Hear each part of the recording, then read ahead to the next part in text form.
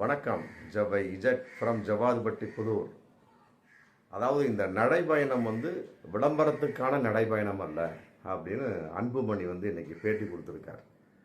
விளம்பரத்துக்கான நடைபயணம் அல்லன்னா அப்புறம் பேரை மாற்ற வேண்டியதானே. தமிழக மக்களின் உரிமை மீட்பு பயணம் எதற்காக வைக்க வேண்டும் அப்படிங்கிறது இன்னைக்கு மிகப்பெரிய ஒரு கேள்விக்குறி. தமிழக மக்கள் அப்படின்னாலே முடிஞ்சு போச்சு. தமிழக மக்கள் எங்கே உரிமையை இழந்து நிற்கிறாங்க இவர் போய் மீட்பதற்கு? புரியுதுங்களா?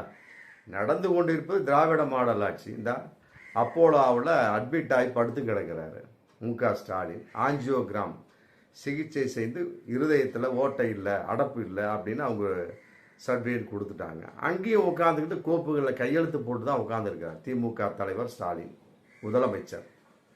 அந்த அளவுக்கு அவருடைய ஒரு நிலைமை மிக மோசமாக இருந்தாலும் தமிழகம் மோசமாகி விடக்கூடாது என்பது ரொம்ப தெளிவாக இருக்கார் இன்றைய முதல்வர் மு.க. ஸ்டாலின். ஆமாம், அப்படி இருக்கக்கூடிய சமயத்தில் பலவருடைய தமிழக மக்களுடைய மாணவ மாணவிகள் இருக்கக்கூடிய ஆண் பெண் மற்றபடி எல்லாருடைய உரிமைகளை எந்த அளவுக்கு பாதுகாக்க முடியுமோ அந்த அளவுக்கு பாதுகாத்து கொண்டு அவருடைய உரிமைகளுக்கு குரல் கொடுத்து கொண்டு தான் இருக்கிறார். அவருடைய உரிமைகளை நிறைவேற்றி கொண்டு தான் இருக்கிறார் திமுக அரசு. அப்படி இருக்கக்கூடிய சமயத்தில் உரிமை எங்க போச்சு இவர் போய் மீட்பதற்கு?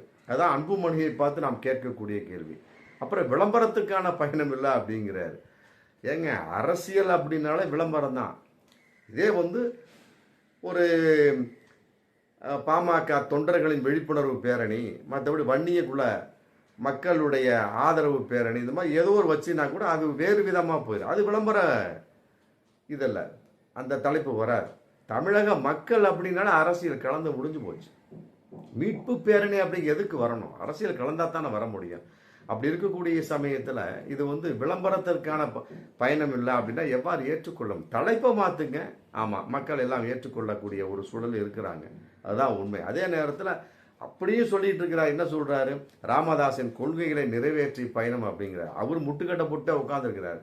டிஜிபிட்ட மனு கொடுத்துட்டாரு.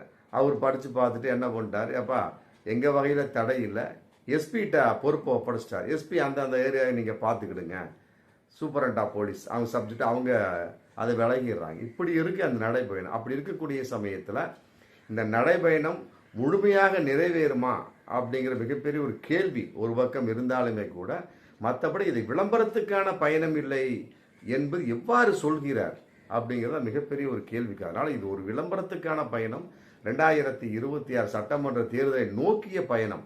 ஆமாம், இதை வைத்து அவர்கள் கட்சி என்ன சமாச்சாரம், எத்தனை சீட்டு கேட்கலாம் அப்படிங்கிறத முடிவுக்கு